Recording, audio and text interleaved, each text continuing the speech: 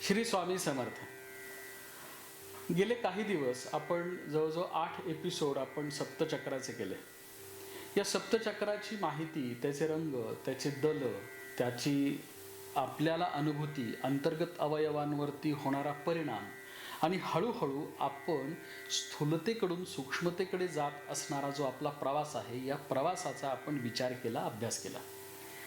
हा विचार अभ्यास करत असताना एक प्रमुख शंका यामध्ये वारंवार विचारली गेली मला, ती अशी की हे सप्तचक्र जागृत झाले किंवा ह्या सप्तचक्रांची माहिती आपल्याला मिळाली किंवा ही साधना आपण केली तर आपल्या सामान्य जीवनावरती, दैनंदिन जीवनावरती आपला काय आणि कसा परिणाम होतो किंवा त्याचा लाभ काय होतो, सामान्य साधकाला किंवा दैनंदिन जीवनामध्ये याचा आपल्यापर्यंत काय पोचतंय. शेवटी आपण हा विचार करणारच. आज आपण याच्या पुढे जे आपले सप्तचक्रांच्या माहितीनंतर आसन कसं असावं वगैरे या बाकी गोष्टीच्या बघणार होतो, त्याच्या आधी आपण हा महत्त्वाचा भाग एक चर्चा करणार आहोत. तो असा की ह्या प्रत्येक चक्राचा आपल्या जीवनावरती परिणाम काय असतो एक, आणि जर ही चक्रबद्ध असतील, जागृत नसतील, त्यामध्ये काही अडथळा असेल तर तो आपल्यावरती वाईट किंवा निगेटिव्ह काही जर परिणाम होत असेल तर तो कसा असतो. हे दोन भाग आपण या सप्तचक्रांच्या बाबत बघणार आहोत.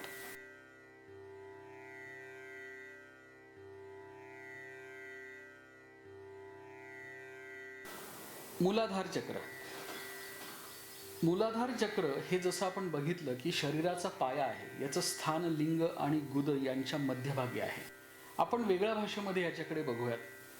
प्रत्येक गोष्टीला भौतिकशास्त्रानुसार गुरुत्वाकर्षण असतं. चल आणि अचल गोष्टींना गुरुत्वाकर्षण असतात, ज्याला आपण सेंटर ऑफ ग्रॅव्हिटी म्हणूयात. ही सेंटर ऑफ ग्रॅव्हिटी म्हणजे मूलाधार चक्र आपण थोड्या वेळापुरतं समजूयात. ज्या माणसांचा तोल जातो, ज्यांना चालण्यामध्ये किंवा शरीरामध्ये काही अडथळे आहेत, काही व्याधी आहेत, अशा मंडळींचं हे मूलाधार चक्र बद्ध असतं असं आपण म्हणूयात. मूलाधार चक्र हे तुम्हाला तुमच्या शरीराचा पाया स्थिर ठेवण्यासाठी महत्त्वाचं असतं. हा शरीराचा पाया म्हणजे फक्त गुरुत्वाकर्षण बल किंवा सेंटर ऑफ ग्रॅव्हिटी एवढंच याकडे न पाहता हा आध्यात्मिक आणि शारीरिक दृष्टीनं देखील आपण बघितलं पाहिजे. हा जो आध्यात्मिक दृष्टीनं आपण सप्तचक्रांकडे पाहत आहोत, आत्ता आपण याचा सामाजिक कौटुंबिक दृष्टीनं या सप्तचक्राकडे पाहणार आहोत. हा जो शरीराचा पाया आहे याला 4 दलं आपण बघितली, वम शम शम सम. ही 4 दलं ह्या सप्तचक्राची, आणि ह्या सप्तचक्राचा जो मूळ ध्वनी आहे हा लम आहे. हा जो मूळ ध्वनी आहे लम, ह्या मूळ ध्वनीला जर आपण उच्चार केला तर आपल्या शरीरामध्ये निर्माण होणारं जे गुरुचं गुरुत्वाकर्षण आहे, हे गुरुत्वाकर्षण स्थिर होण्यासाठी मदत होते. याचबरोबर ह्याच्या जागृतीनं, मुळात याच्या जागृतीनं काय वाढतं, सेल्फ कॉन्फिडन्स वाढतो.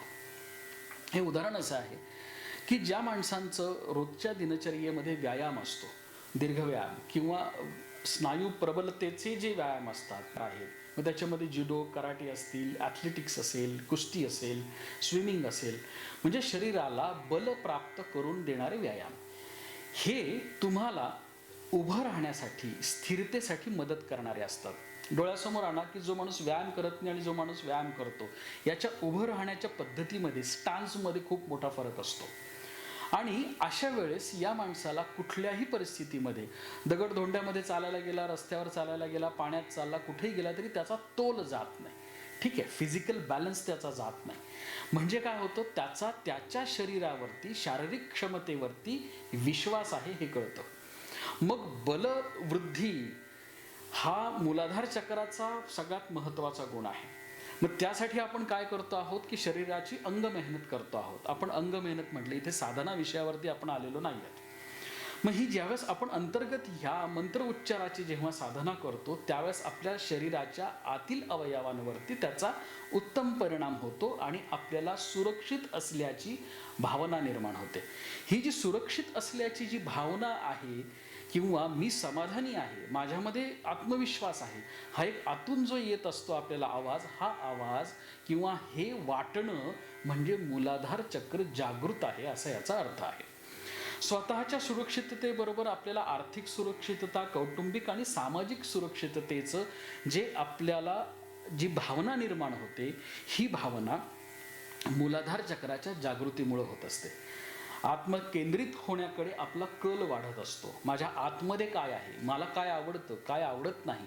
आपण आपल्या पुढच्या भागांमध्ये आत्मपरीक्षण, विवेक हे छोटे छोटे मुद्दे घेणार आहोत.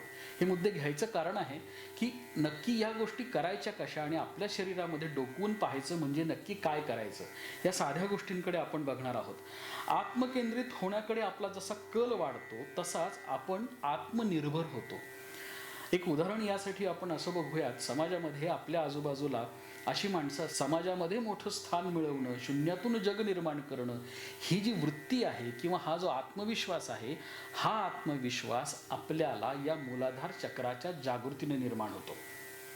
आता आपण वेगळ्या अर्थाने याकडे बघूयात. गेल्या एपिसोडमध्ये आपण अनेकदा हे बघितलेलं आहे की आजूबाजूचं वातावरण हे आपल्याला कायम अशी माणसं दाखवतं, कोणाचं कोणतं चक्र जागृत आहे हे दाखवणारं असतं. मग आत्ता मूलाधार चक्र ज्या मंडळींचं जागृत आहे, अशी मंडळी आपल्या आजूबाजूला खूप आहेत की ज्यांनी कमी शिक्षण असताना, समाजाची, कुटुंबाची विपरीत परिस्थिती असताना त्यातून मार्ग काढत त्यांनी उत्तम स्थिती प्राप्त केलेली आहे, प्रसिद्धी प्राप्त केलेली आहे, एक समाजामध्ये वेगळं स्थान निर्माण केलेलं आहे, जे आत्मनिर्भर आहेत. अशी जी मंडळी आहेत, अशा मंडळींचं मूलाधार चक्र हे प्रबळ असतं, जागृत असतं. आता ज्यांचं जागृत नसतं ते आत्मकेंद्रित नसतात, आत्मविश्वास कमी असतो, असा याचा अर्थ होतो. तर विद्यार्थी या साधना सेवेकडे जर त्यांना या सेवेमध्ये जर आणलं, साधनेमध्ये जर आणलं, तर त्यांचा एकाग्रपणा वाढतो, त्यांचा कॉन्फिडन्स लेवल त्यांची वाढलेली असते. त्यामुळं मूलाधार चक्र जेव्हा जागृत असतं त्यावेळेस आपण कॉन्फिडंट असतो, आपण सुरक्षित असल्याची भावना आपल्यामध्ये निर्माण होते, आपण आत्मकेंद्रित होतो, सेल्फ सेंटर्ड व्हायला लागतो. त्याचबरोबर कुठल्याही विपरीत परिस्थितीमध्ये, प्रसंगामध्ये त्या प्रसंगाला सामोरं जाण्याची जी आत्मिक क्षमता असते, मनाचा जो प्रबलपणा असतो, हा या मूलाधार चक्राच्या जागृतीनं निर्माण होतो.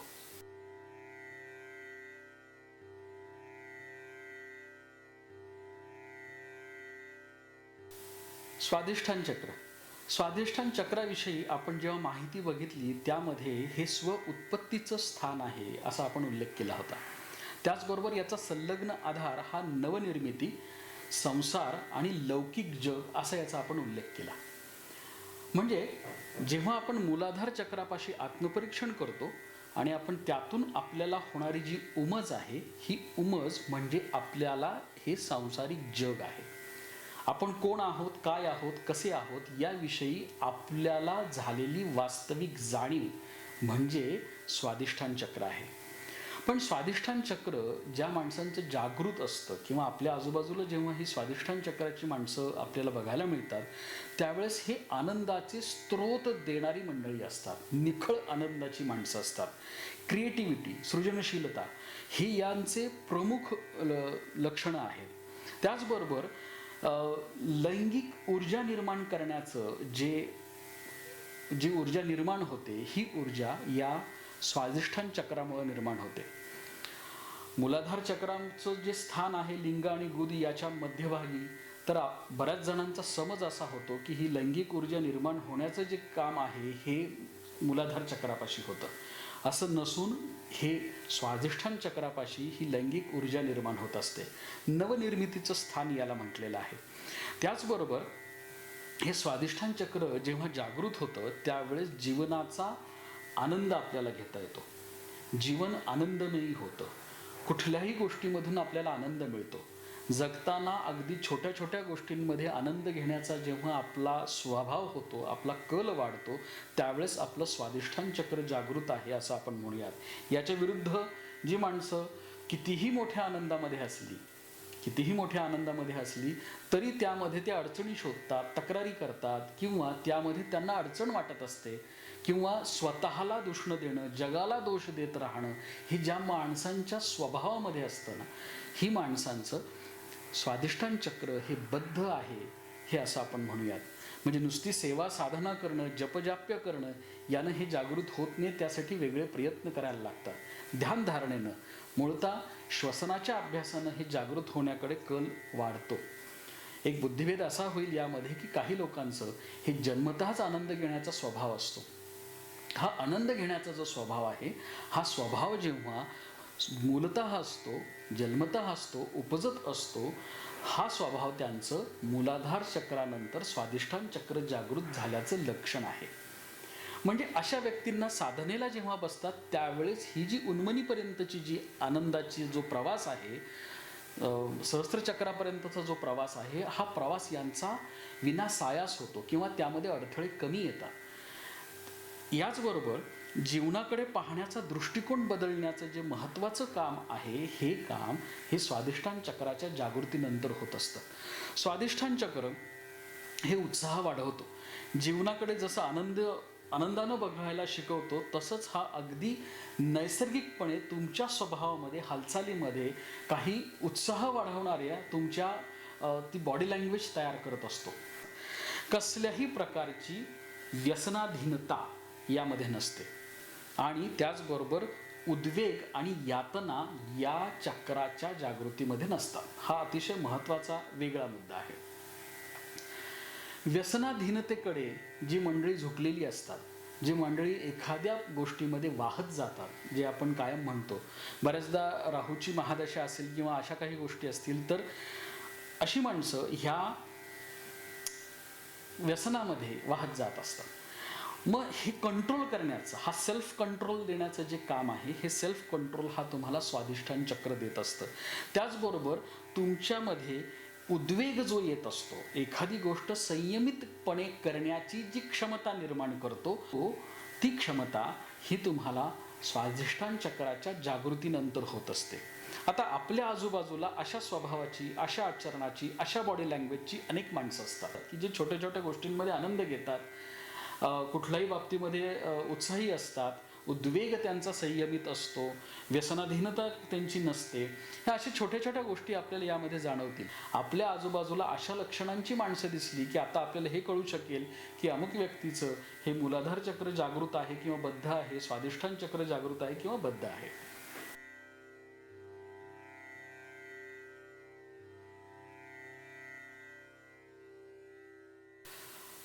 मणिपूर चक्र.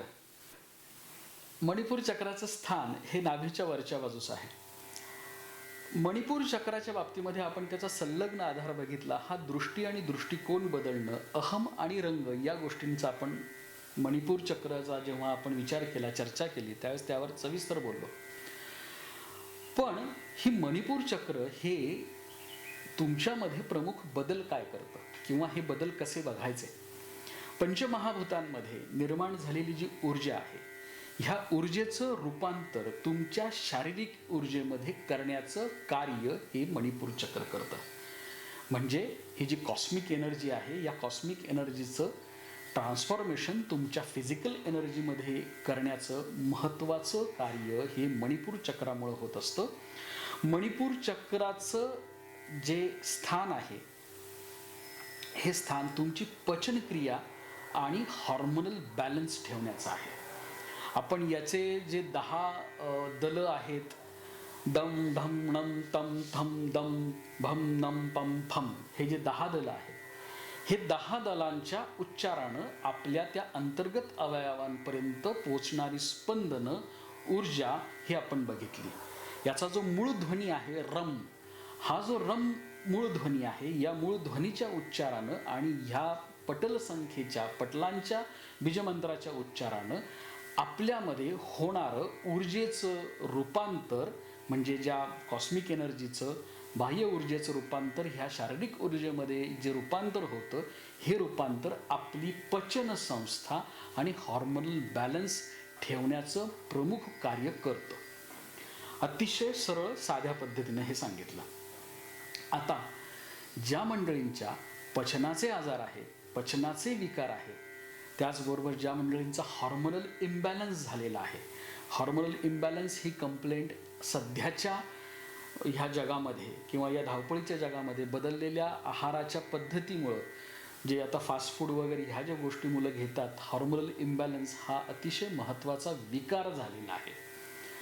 हॉर्मोनल चेंजेस हे तुमच्या नैसर्गिक वाढीबरोबर हे होतच असतात. पण ही जी हॉर्मोनल इम्बॅलन्स ज्या ज्या मंडळींचे असतात अशा मंडळींना बॅलन्स करण्यासाठी ह्या मणिपूर चक्राची साधना अत्यंत उपयुक्त ठरते. हे जागृत झाल्यानंतर आतून सशक्त इम्पॉवर्ड झाल्याची एक जाणीव, एक भावना आपली निर्माण होते. आतून सशक्त आपण होतो आणि ही आतून सशक्त झाल्याची भावना आपली हेतू आणि महत्त्वाकांक्षा पूर्ण करण्यासाठी आपल्याला मदत करणारी असतात. मग आपल्या मनामध्ये असलेल्या इच्छा, स्वप्न, महत्त्वाकांक्षा ह्या पूर्ण करण्यासाठी मदत करणारं कार्य कोण करतंय? हे मणिपूर चक्र करतंय. आपल्याला प्रबलता कोण देतंय? हे मूलाधार चक्र देतंय. आपल्याला आत्मपरीक्षण करून आपल्याला पुढे जाण्याची, आनंद घेण्याची क्षमता कोण देतंय? हे स्वादिष्ठान चक्र देतंय. म्हणजे हे चक्र एकमेकांमध्ये गुंतलेले आहेत आणि हे एकमेकांना आधार देणारे आहेत. आपण जेव्हा चक्र अभ्यास आपण चर्चा केली त्याच्यामध्ये आपण मूलाधार, स्वादिष्ठान, मणिपूर ही 3 चक्र एकमेकांशी संलग्न आहेत असा उल्लेख केला आणि अनाहत चक्र या 3 चक्रांची ऊर्जा संतुलित करण्याचं कार्य करते असं आपण बघितलं. म्हणजे आता आपण जेव्हा ही लक्षणं बघत आहोत त्यावेळेस हे लक्षात येईल तुमच्या की हे एकमेकांना इंटरलिंक्ड आहेत. एक चक्र जागृत केलं असं नाही आहे. आपण जेव्हा ही चक्र साधना करू पहिले 3 चक्र जागृत झाल्याची तुम्हाला मिश्र भावना असणार आहे. आनंद तुम्हाला मिळेल, त्याच्यामध्ये सशक्तची भावना येईल, सेल्फ कॉन्फिडन्स येईल, वेगवेगळ्या गोष्टी तुम्हाला याच्यातून मिळतील. त्याच्यामुळे हे 3 चक्रांची साधना, उपासना हे आपल्याला करणं गरजेचं आहे. आता आपण बघूयात आपल्या आजूबाजूला अशी माणसं आहेत का हे थोडंसं डोकवून बघा. आपल्या आजूबाजूला हार्मोनल इम्बॅलन्स असलेली मुलं मुली आहेत का? काही तरुण आहेत का? काही प्रौढ व्यक्ती आहेत का? पचनसंस्थेशी निगडीत आजार काहींना आहेत का? हे विकार ह्या साधनेनं, ह्या मणिपूर चक्राच्या किंवा चक्र साधनेनं आपण दूर ठेवू शकतो. किंवा जर कोणाला झाले असतील तर आपलं आयुष्यमान आपण वाढवू शकतो. त्यामुळं ह्या पद्धतीची साधना आपण करणं या ठिकाणी आवश्यक आहे. याच्या लक्षणांमध्ये सेल्फ कॉन्फिडन्स आणि सेल्फ इस्टीम असं मी म्हणेल या मणिपूर चक्राला, की जो स्वप्रशंसा देण्याचं कार्य करतो आणि तुम्हाला आत्मविश्वास देतो. तीव्र आत्मविश्वास असतो हा. कुठल्याही प्रसंग परिस्थितीमध्ये, कुठल्याही वातावरणामध्ये आपण एखादं कार्य करण्याची क्षमता आपल्यामध्ये जी निर्माण होते, ही निर्माण झालेली क्षमता, हे लक्षण हे मणिपूर चक्रामुळे जागृत होत असतं. आणि मुळात मणिपूर चक्र हे नवनिर्मितीचं चक्र आहे. मणिपूर चक्रामुळं तुमच्यामध्ये निर्माण झालेली, तुम्हाला एखाद्या गोष्टीचा आनंद झाला, स्वादिष्ठान चक्राच्या जागृतीनंतर एखाद्या गोष्टीचा आनंद झाला, परंतु तो आनंद इतरांना देणं आणि त्या आनंदाची अनुभूती वारंवार घेणं, हे जे लक्षण आहे हे मणिपूर चक्राचं लक्षण आहे. आपल्या आजूबाजूला अशी मंडळी आहेत की जे अति विश्वासू आहेत आणि त्या व्यक्तींचं स्वतःवर असलेला जो विश्वास आहे, आत्मविश्वास आहे, हा इतरांना देखील लाभदायक ठरणारा असतो. त्यामुळं मणिपूर चक्र हे तुम्हाला आत्मविश्वास देणारं, तुमची शरीराची ऊर्जा स्थिर ठेवण्याचं कार्य करणार आहे.